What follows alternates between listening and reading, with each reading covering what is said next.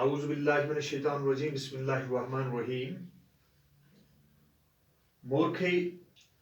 19 مئی 2020 مضمون اردو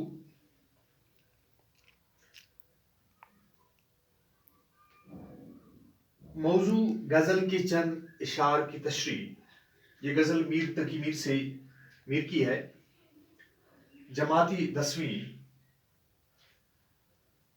پیارے بچوں، مجھے امید ہے کہ آپ غور سے میری یہ ویڈیو سنیں گے۔ تو ابھی ہم آج جا رہے ہیں میر تقی میر کی جو غزل ہے اس کو پڑھنے جا رہے ہیں اور اس کی تشریح ہم کریں گے۔ ہنگامے گرم کن جو دل ناصبور تھا،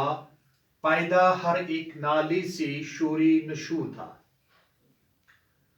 میر تقی میر غزل کے اس شعر میں فرماتے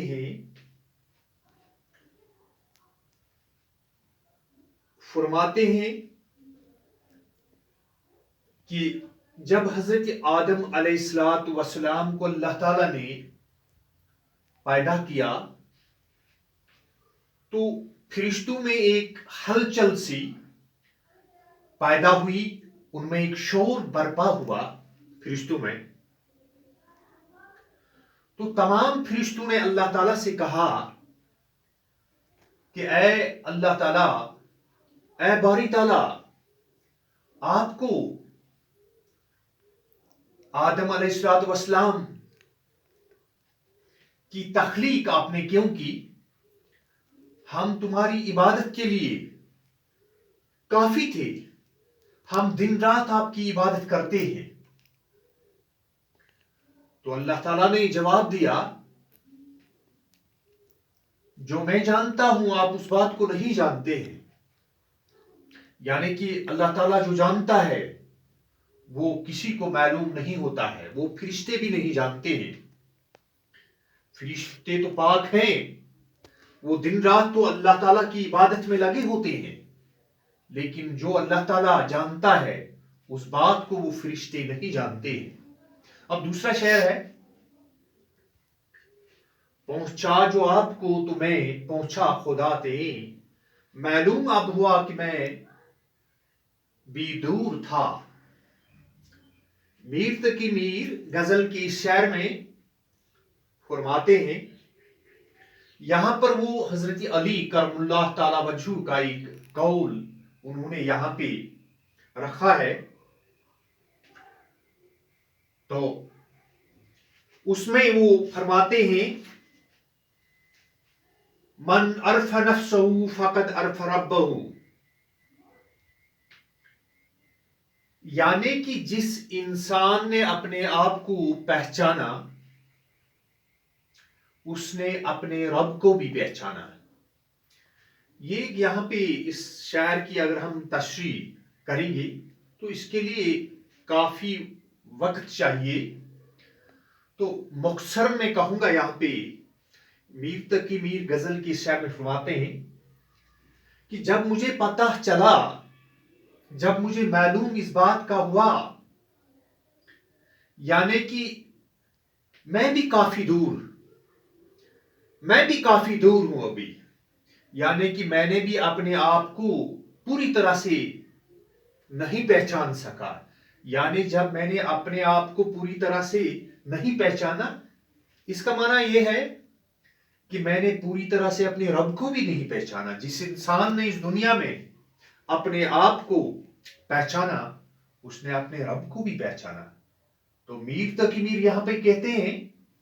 کہ میں بھی ابھی کافی دور ہوں، تو یعنی کہ مجھے بھی ابھی اس بارے میں علمیت نہیں ہے۔ اب یہاں پہ تیسرا شعر ہے، آتش بلند دل کی نہ تھی ورنہ اے گریم، یک شعلے برق خرمن صدیق کو ہی دور تھا۔ یہاں پہ حضرت موسیٰ علیہ السلام کی جو حضرت موسیٰ کلیم اللہ کی ذکر ہے اس شعر میں۔ تو جب اللہ تعالیٰ نے اس کی تمنا تھی حضرت موسیٰ کلیم اللہ کی کہ بہت بار اپنے رب سے اس نے استدعا کی، اے باری تعالیٰ آپ مجھے اپنا دیدار دے۔ تو آخر کار اللہ تعالیٰ نے حضرت موسیٰ کو کوہ طور پر آنے کے لیے کہا، تو اللہ تعالیٰ کی جب ایک ہی جھلک کوہ طور پر پڑی تو حضرت موسیٰ بے ہوش پڑے، یعنی ایک معمولی سی تجلی، نور کی تجلی جب اس کوہ طور پر پڑی، اگر پوری طرح سے اللہ تعالیٰ اپنی تجلی اس کوہ طور پر ڈالتا تو براق بن جاتا تھا، تو اتنا بڑا انبیاء پیغمبر ایک معمولی تجلی کو بھی برداشت نہ کر سکا۔ اس کے بعد نیکسٹ شعر جو ہے، کل پاؤں ایک کاسے سر پر جو آ گیا یکسر، وہ استخوان شکستوں سے چور تھا۔ یہاں پر میر تقی میر دنیا کی بے ثباتی کا ذکر کرتے ہیں، دنیا کی ناپائیداری کا ذکر یہاں پہ فرماتے ہیں، کرتے ہیں کہ چلتے چلتے میں نے ایک انسان کی کھوپڑی زمین پر دیکھی، وہ بوسیدہ ہو چکی تھی، تو اس کھوپڑی نے مجھ سے کہا، اے انسان اس زمین پہ آہستہ چل، غرور سے مت چل، میں بھی ایک دن مجھ میں بھی غرور تھا، میں بھی کھاتا پیتا تھا، میں بھی ایک انسان تھا، تو آج آپ کے پیروں تلے تو مجھے رونا چاہتا ہے، لیکن میں بھی ایک دن ایک انسان جو تھا،